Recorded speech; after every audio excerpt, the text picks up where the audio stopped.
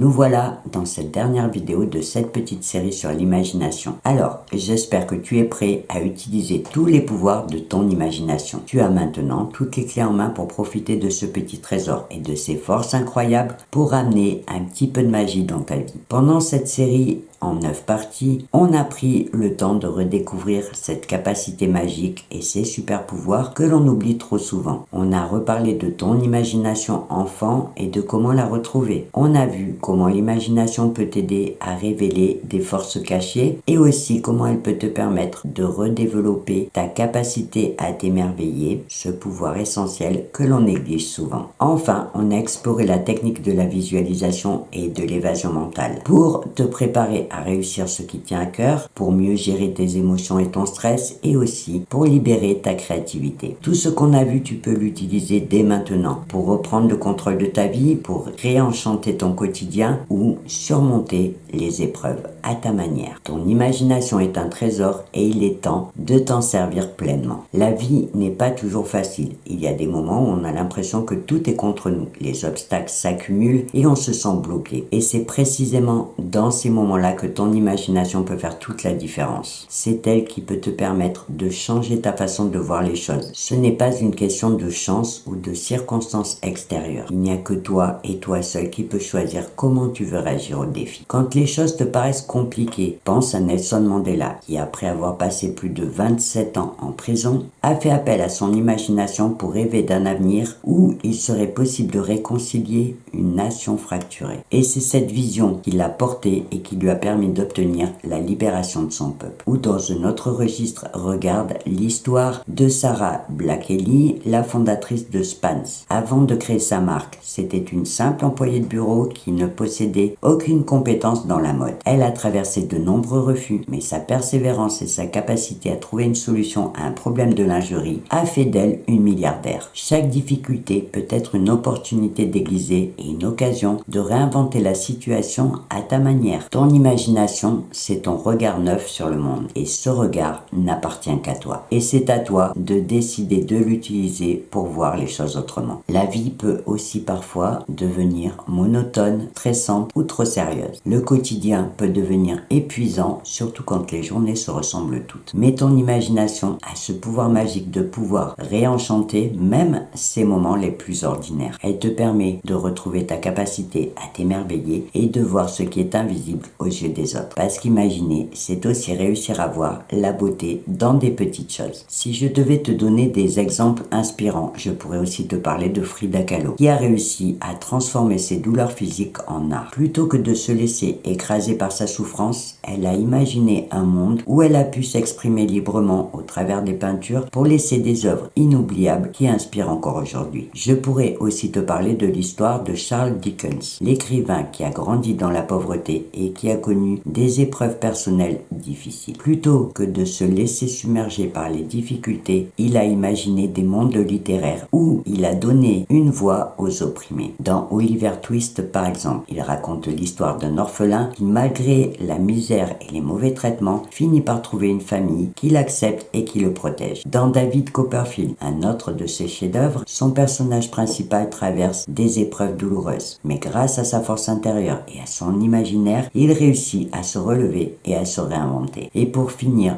dans Un chant de Noël, il raconte l'histoire de Monsieur Scrooge, méchant et égoïste, qui finit par se transformer après une série de visions sur le passé, le présent et le futur. Un message fort sur la rédemption et le pouvoir du changement. Réenchanter sa vie, c'est aussi choisir de ne pas laisser les difficultés éteindre sa flamme intérieure. Même quand tout semble difficile, tu as ce pouvoir. C'est à toi de décider d'apporter de la lumière dans ta vie en choisissant ce qui te fait sourire et ce qui te fait plaisir. Au final, ce qui peut faire toute la différence, c'est de bien comprendre que tu es le seul à pouvoir créer une vie qui te ressemble. Personne ne connaît tes rêves, tes aspirations et tes vérités profondes. Et c'est là que ton imagination devient vraiment essentielle parce que c'est elle qui va te permettre de construire la vie que tu veux vraiment. Ce n'est pas quelque chose qui peut arriver par hasard ou que quelqu'un peut décider pour toi. Tu es le seul à pouvoir faire ce choix. Et si ça te paraît vraiment trop difficile difficile à croire. Regarde autour de toi des exemples de personnes célèbres qui ont réussi dans leur métier grâce à leur persévérance et à leur imagination. Comme par exemple Viola Davis, l'actrice primée, qui a grandi dans des conditions extrêmement difficiles. Elle a utilisé son imagination pour voir au-delà des obstacles et réussir à se bâtir une carrière d'actrice à Hollywood. Regarde aussi l'histoire de Jean-Michel Basquiat, un artiste modeste qui a commencé sa carrière en tant que graffeur. Son imagination l'a poussé à réinventer l'art contemporain et à réussir à faire une percée dans un monde artistique qui lui semblait fermé. Attention, l'imagination n'est pas là pour t'apporter des réponses toutes faites. Elle est là pour te donner la liberté de rêver à ce que tu veux et la force de créer ce rêve. Pour conclure cette petite série, je te dirais que le verdict est sans appel. Tu possèdes en toi ce petit trésor inestimable qui ne demande qu'à être exploité. Ce pouvoir de réinventer ta réalité, de surmonter les défis à ta manière et même de te créer une vie plus alignée avec ce que tu désires vraiment. Maintenant, il faut bien prendre conscience que personne ne viendra te dire ce que tu dois faire. C'est à toi seul de décider de prendre les rênes de ta vie et d'utiliser ton imagination pour te créer un futur sur mesure. Alors, prêt à t'en servir ?